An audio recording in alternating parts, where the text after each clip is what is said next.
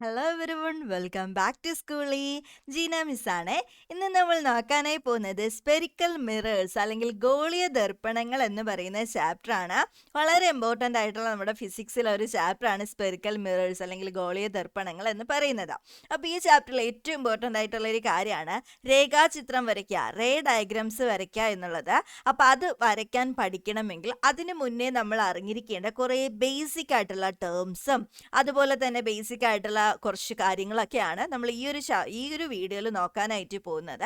അപ്പോൾ അത് കഴിഞ്ഞിട്ട് സെക്കൻഡ് പാർട്ടായിട്ട് നമുക്ക് എങ്ങനെ റേ ഡയഗ്രാം വരയ്ക്കാം അല്ലെങ്കിൽ രേഖാചിത്രം എങ്ങനെ വരയ്ക്കാം എന്നുള്ളതൊക്കെ നമുക്ക് നോക്കാം.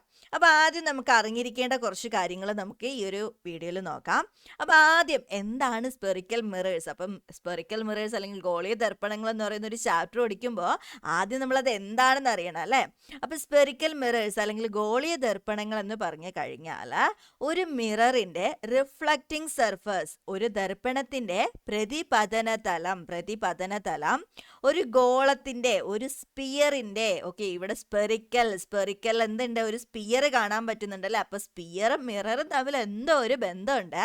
വേറൊന്നുമല്ല, ഒരു സ്പിയറിന്റെ, ഒരു ഗോളത്തിന്റെ ഭാഗമാണ് ഒരു റിഫ്ലക്റ്റിംഗ് സർഫസ് എന്ന് പറയുന്നത്, പ്രതിപതന തലം എന്ന് പറയുന്നത്. അങ്ങനെയാണെങ്കിൽ ആ മിററിനെ നമുക്ക് എന്ത് വിളിക്കാം? സ്പെറിക്കൽ മിറർ എന്ന് വിളിക്കാം. ഒരു ഗോളത്തിന്റെ ഭാഗമായി വരുന്ന ദർപ്പണങ്ങളെ ഗോളീയ ദർപ്പണങ്ങൾ എന്ന് വിളിക്കാം. ഗോളത്തിന്റെ ഭാഗമായിട്ട് വരുന്ന എന്ത്? പ്രതിപതന തലം, റിഫ്ലക്റ്റിംഗ് സർഫസ്. അതിനെയാണ് നമ്മൾ എന്ത് വിളിക്കുന്നത്? സ്പെറിക്കൽ മിറേഴ്സ് എന്ന് വിളിക്കുന്നത്. കുറച്ച് കൺഫ്യൂസ്ഡ് ആയിരിക്കും, അടുത്ത കാര്യം പറയുമ്പോൾ കുറച്ചും കൂടെ ക്ലിയർ ആവും. അതായത് ഈ പ്രതിപതന തലം രണ്ട് തരത്തിലാണുള്ളത്. അകത്തോട്ട് കുഴിഞ്ഞ രീതിയിലും പുറത്തേക്ക് ഉന്തി നിൽക്കുന്ന രീതിയിലുമുള്ള ദർപ്പണങ്ങളുണ്ട്. ഇപ്പൊ ഇവിടെ ഒരു ഫിഗർ കാണിക്കുകയാണ്. ഇതൊരു ഗോളാണ് അല്ലെ, ഇതൊരു സ്പിയർ ആണ്. ഈ സ്പിയറിന്റെ ഇത്ര ഭാഗം റിഫ്ലക്റ്റിംഗ് ആണ്. ഓക്കെ, ഇപ്പൊ ഈ ഒരു സ്പിയറിന്റെ ഈ ഒരു ഭാഗം റിഫ്ലക്റ്റിംഗ് ചെയ്യാണ്, പ്രതിഫലിക്കുകയാണ്.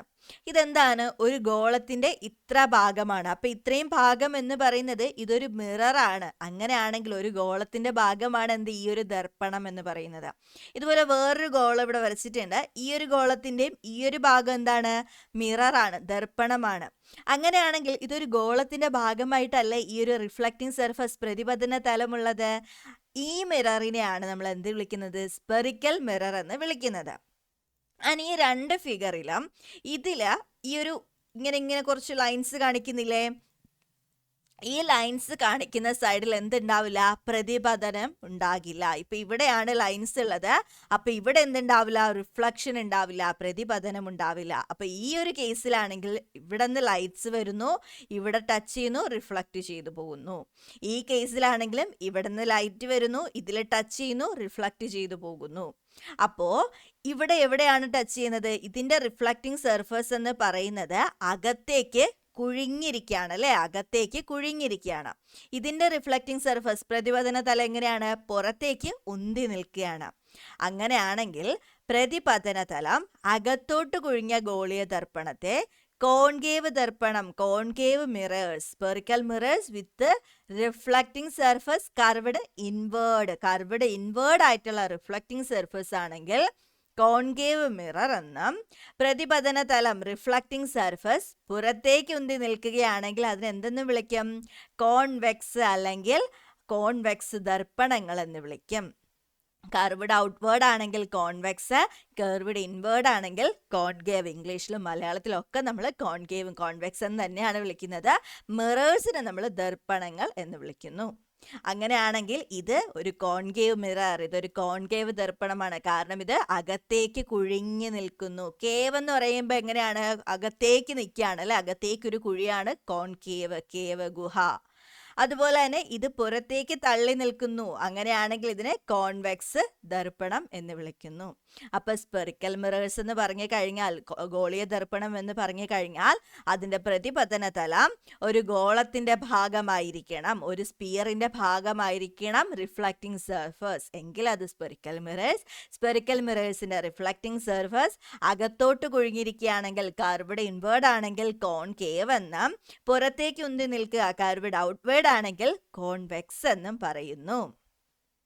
അങ്ങനെയാണെങ്കിൽ ഇതിൽ നമ്മൾ ഇനി അറിയേണ്ട കുറച്ച് വേർഡ്സ് ആണ്. വക്രതാ കേന്ദ്രം അഥവാ സെന്റർ ഓഫ് കർവേച്ചർ. ഒരു ഗോളം എടുത്തു കഴിഞ്ഞാൽ ഇതാണ് ഒരു സ്പിയർ. ഓക്കെ, ഈ ഒരു സ്പിയർ എടുക്കാം.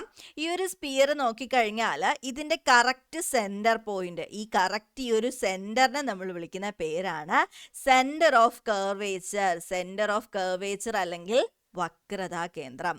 അപ്പൊ ആദ്യം മനസ്സിലാക്കേണ്ട വേർഡാണ് വക്രതാ കേന്ദ്രം അഥവാ സെന്റർ ഓഫ് കർവേച്ചർ. ഇനി ഇതിപ്പോ ഇതും ഒരു സ്പിയർ ആണ്. ഇതിന്റെ ഈ ഭാഗത്തു നിന്നാണ് ലൈറ്റ് വരുന്നത്. പക്ഷെ ലൈറ്റ് വരുന്ന ഭാഗത്തല്ല കോൺവെക്സിൽ എന്ത് വരുന്നത്, സെന്റർ ഓഫ് കർവേച്ചർ വരുന്നത് ഓപ്പോസിറ്റ് സൈഡിലായിരിക്കും. കോൺവെക്സിന്റെ പ്രത്യേകതയും കോൺകേവിന്റെ പ്രത്യേകതയാണ്. കോൺകേവില് സെന്റർ ഓഫ് കർവേച്ചറും നമ്മൾ ഇനി പറയാൻ പോകുന്ന എല്ലാ കാര്യങ്ങളും ലൈറ്റ് വരുന്ന അതേ സൈഡിൽ തന്നെ ആയിരിക്കും. പക്ഷെ കോൺവെക്സിന്റെ കാര്യത്തിൽ അങ്ങനെയല്ല. കോൺവെക്സിന് ഇതെല്ലാം ഓപ്പോസിറ്റ് സൈഡിലായിരിക്കും. ഓക്കെ, അപ്പൊ സെന്റർ ഓഫ് കർവേച്ചർ വക്രതാ കേന്ദ്രത്തിന് ക്യാപിറ്റൽ ലെറ്റർ സി കൊണ്ടാണ് നമ്മൾ എഴുതുന്നത്. ഓക്കെ, രണ്ടാമത്തത് റേഡിയസ് ഓഫ് കർവേച്ചർ അല്ലെങ്കിൽ വക്രതാ ആരം. എന്താണ് വക്രതാ ആരം? ആരം എന്ന് പറയുമ്പോൾ നമുക്കറിയാം ഇതിന്റെ റേഡിയസ്, അത് തന്നെയാണ് റേഡിയസ് ഓഫ് കർവേച്ചർ അല്ലെങ്കിൽ വക്രത ആരം എന്ന് പറയുന്നത്. അപ്പൊ സെന്റർ ഓഫ് കർവേച്ചറും റേഡിയസ് ഓഫ് കർവേച്ചർ, വക്രതാ കേന്ദ്രം, ഗോളത്തിന്റെ കേന്ദ്രത്തിന് വക്രതാ കേന്ദ്രം എന്നും ഗോളത്തിന്റെ ആരത്തിന് വക്രതാ ആരം എന്ന് പറയുന്നു. Centre of the sphere is called centre of curvature. Radius of the sphere is called radius of curvature. അടുത്ത വേർഡാണ് സ്പെറിക്കൽ മിററിന്റെ ഡയമീറ്റർ. ഡയമീറ്റർ അഥവാ വ്യാസം. ഓക്കെ, അതിന്റെ ആരത്തിനെ നമ്മൾ റേഡിയസ് ഓഫ് കർവേച്ചർ എന്ന് വിളിച്ചെങ്കിൽ അതിന്റെ ഡയമീറ്ററിനെ നമ്മൾ അപ്പേർച്ചർ എന്ന് വിളിക്കുന്നു. ഓക്കെ, അപ്പേർച്ചർ എന്ന് വിളിക്കുന്നു, അല്ലെങ്കിൽ അപ്പേർച്ചർ, മലയാളത്തിലും അപ്പേർച്ചർ എന്ന് പറയുന്നു. വൃത്താകൃതിയിലുള്ള പ്രതിപതന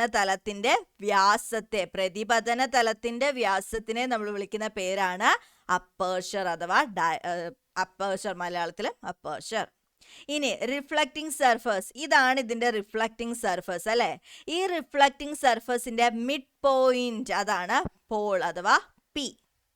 okay, mid point of the മധ്യബിന്ദു എന്തിന്റെ, പ്രതിപതന തലത്തിന്റെ മധ്യബിന്ദുവിനെ പോൾ എന്ന് വിളിക്കുന്നു. അപ്പോ 4 വേർഡ്സ് ആയി. സെന്റർ ഓഫ് കർവേച്ചർ വക്രതാ കേന്ദ്രം, റേഡിയസ് ഓഫ് കർവേച്ചർ വക്രതാ ആരം, aperture, Paul.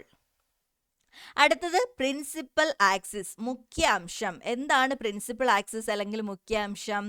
Centre of കർവേച്ചറിനെയും വക്രതാ കേന്ദ്രത്തിനെയും പോളിനെയും connect ചെയ്യുന്ന ഒരു ഇമാജിനറി ആയിട്ടുള്ള ഒരു സാങ്കല്പിക രേഖയാണ് പ്രിൻസിപ്പൽ ആക്സിസ്, മുഖ്യ അംശം.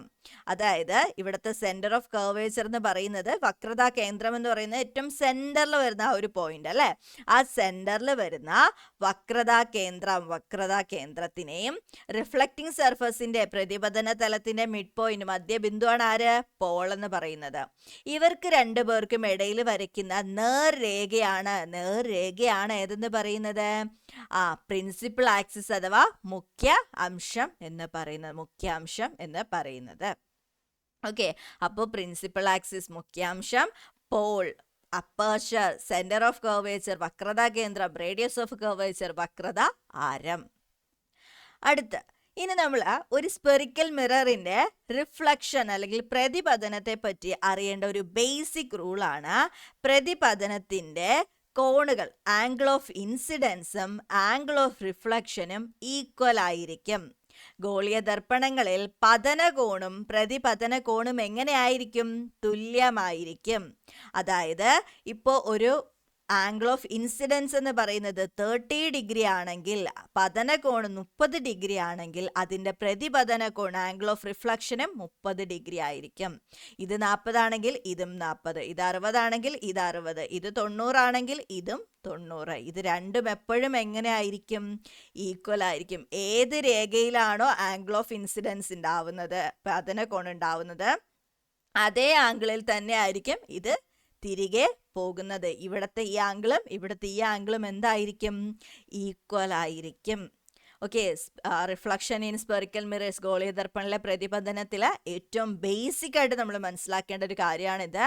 ഏത് കോണിലാണോ അത് ഇൻസിഡന്റ് ചെയ്യുന്നത്, പതനം ചെയ്യുന്നത്, അതേ ആംഗിളിൽ തന്നെ ആയിരിക്കും, അതേ ഡിഗ്രിയിൽ തന്നെ ആയിരിക്കാം അത് പ്രതിപതനം, റിഫ്ലക്ഷനും ചെയ്യുന്നത്. അടുത്ത രണ്ട് വേർഡ്സും കൂടെയാണ് ഇമ്പോർട്ടൻ്റ് ആയിട്ട് വരുന്നത്. പ്രിൻസിപ്പൽ ഫോക്കസ് മുഖ്യ ഫോക്കസും ഫോക്കൽ ലെങ്ത് ഫോക്കസ് ദൂരവും. എന്താണ് മുഖ്യ ഫോക്കസ്? മുഖ്യ ഫോക്കസ് ഒരു കോൺകേവ് ദർപ്പണത്തിൽ, ഒരു കോൺകേവ് മിററിൽ light rays that fall parallel to the principal axis. എന്താണ് പ്രിൻസിപ്പൽ ആക്സിസ് എന്ന് നമ്മൾ പറഞ്ഞു അല്ലെ. പ്രിൻസിപ്പൽ ആക്സിസ് അല്ലെങ്കിൽ മുഖ്യ അംശം എന്താണെന്ന് നമ്മൾ പറഞ്ഞു. മുഖ്യ അംശത്തിന് പാരലൽ ആയിട്ട് സമാന്തരമായിട്ട് ഒരു ലൈൻ വരികയാണ്. ഇവിടെ ഇതാണ് നമ്മുടെ മിററിൽ ഇതാണ് നമ്മുടെ പ്രിൻസിപ്പൽ ആക്സിസ്. ഓക്കെ, ഇതാണ് നമ്മുടെ പ്രിൻസിപ്പൽ ആക്സിസ് മുഖ്യ അംശം. ഈ മുഖ്യ അംശത്തിന് പാരലൽ ആയിട്ട് കുറേ ലൈൻസ് ഇങ്ങനെ വരികയാണ്. ഈ ഇൻസിഡന്റ് ചെയ്യുന്ന ലൈൻസ് എല്ലാം എന്തെയാണ്? റിഫ്ലക്റ്റ് ചെയ്ത് ഇങ്ങനെ പോവാണ്. അപ്പൊ ഈ ഒരു ഫിഗറിൽ നോക്കിയാൽ മനസ്സിലാവും, ഈ റിഫ്ലക്റ്റ് ചെയ്ത് പോകുന്ന ലൈൻ എല്ലാം മുഖ്യ അംശത്തിലൂടെ എന്ത് ചെയ്യുന്നുണ്ട്? കടന്നു പോകുന്നുണ്ട്. അതും ഒരേ പോയിന്റിലൂടെ കടന്നു പോകുന്നു. അങ്ങനെയാണെങ്കിൽ ആ പോയിന്റിനെ വിളിക്കുന്ന പേരാണ് മുഖ്യ ഫോക്കസ് അല്ലെങ്കിൽ പ്രിൻസിപ്പൽ ഫോക്കസ്. പ്രിൻസിപ്പൽ ആക്സിസിലെ മുഖ്യ അംശത്തിന് പാരലായിട്ട് സമാന്തരമായിട്ട് വരുന്ന ലൈറ്റ് റേസ്, പ്രകാശരശ്മികൾ എന്ത് ചെയ്യുന്നു? പ്രതിഫലിച്ചു പോകുമ്പോൾ ഒരു പോയിന്റിൽ അവരെല്ലാവരും കണ്ടുമുട്ടുന്നു. ആ പോയിന്റ് എവിടെയാണ്? പ്രിൻസിപ്പൽ ആക്സിസിൽ, മുഖ്യ അംശത്തിലാണ്. ആ പോയിന്റിനെ വിളിക്കുന്ന പേരാണ് പ്രിൻസിപ്പൽ ഫോക്കസ്, മുഖ്യ ഫോക്കസ്. അങ്ങനെയാണെങ്കിൽ മുഖ്യ ഫോക്കസിൽ നിന്നുള്ള ദൂരമാണ് ഏതെന്ന് പറയുന്നത്? Focal length. ഒരു ഗോളീയ ദർപ്പണത്തിൽ പോളിൽ നിന്നും മുഖ്യ ഫോക്കസിലേക്കുള്ള ദൂരമാണ് ഫോക്കസ് ദൂരം. ഓക്കെ, ഈ ഒരു ഡിസ്റ്റൻസ് ആയിരിക്കും അപ്പോൾ ഫോക്കസ് ദൂരം അഥവാ ഫോക്കൽ ലെങ്ത് എന്ന് പറയുന്നത്. അപ്പൊ പ്രിൻസിപ്പൽ ഫോക്കസും ഫോക്കൽ ലെങ്തും, മുഖ്യ ഫോക്കസും ഫോക്കസ് ദൂരവും. ആൻഡ് ഇതിൽ വളരെ ചെറിയ അപ്പേർച്ചർ ഉള്ള മിറർ ആണെങ്കിൽ, ഇപ്പൊ ഈ മിറർ വളരെ കുറഞ്ഞ അപ്പേർച്ചർ ആണെങ്കിൽ അവിടുത്തെ എഫ് എന്ന് പറയുന്നത് റേഡിയസ് ഓഫ് കർവേച്ചർ, വക്രത ആരത്തിന്റെ പകുതിയായിരിക്കും. ഒരു റൂളാണിത്. അപ്പേർച്ചർ വളരെ കുറവാണെങ്കിൽ അവിടുത്തെ ഫോക്കൽ ലെങ്ത് എന്ന് പറയുന്നത്, ഫോക്കസ് ദൂരം എന്ന് പറയുന്നത് റേഡിയസ് ഓഫ് കർവേച്ചറിന്റെ പകുതിയായിരിക്കും. അങ്ങനെയാണെങ്കിൽ ഇവിടെ ഒരു ക്വസ്റ്റ്യൻ ഉണ്ട്. What would be the radius of curvature of a concave mirror? ഒരു കോൺകേവ് മിററിന്റെ വക്രത ആരം എത്രയായിരിക്കും? അതിന്റെ ഫോക്കൽ ലെങ്ത് അഥവാ ഫോക്കസ് ദൂരം 40 സെന്റിമീറ്റർ ആണെങ്കിൽ അതിന്റെ റേഡിയസ് ഓഫ് കർവേച്ചർ എത്രയായിരിക്കും എന്നാണ് ചോദിക്കുന്നത്. ഇത് നിങ്ങൾ ഒന്ന് ട്രൈ ചെയ്ത് നോക്കുക, എന്നിട്ട് നിങ്ങൾ കമന്റ് ചെയ്യുക. നിങ്ങൾക്ക് എന്താണ് ആൻസർ കിട്ടിയെന്നുള്ളത് കമന്റ് ചെയ്യാം. അപ്പൊ ഇതുപോലെ നമ്മുടെ ഇതിൽ നമ്മൾ വളരെ ഷോർട്ട് ആയിട്ടുള്ള കാര്യങ്ങൾ മാത്രമേ പറഞ്ഞിട്ടുള്ളൂ. ഇതിന്റെ ഡീറ്റെയിൽഡ് ക്ലാസ്സസ് കാര്യങ്ങളൊക്കെ വേണമെങ്കിൽ നിങ്ങൾക്ക് സ്കൂളിയുടെ ആപ്പിലേക്ക് ജോയിൻ ചെയ്യാം. അപ്പോൾ സ്കൂളിയുടെ ആപ്പിൽ ജോയിൻ ചെയ്യാൻ താല്പര്യമുള്ളവർക്ക് നമ്മുടെ ഈ സ്ക്രീനിൽ കാണുന്ന നമ്പറിൽ കോൺടാക്ട് ചെയ്യാവുന്നതാണ്. അപ്പോൾ ഇതുപോലുള്ള ക്ലാസ്സസ് ഒക്കെ വളരെ ഫണ്ണിയായിട്ട് വളരെ കൂളായിട്ട് നമുക്ക് പഠിച്ചെടുക്കാനായിട്ട് പറ്റും. അതിന് വേണ്ടിയിട്ട് നമ്മുടെ ആപ്പിലേക്ക് ജോയിൻ ചെയ്യാം. Okay, by.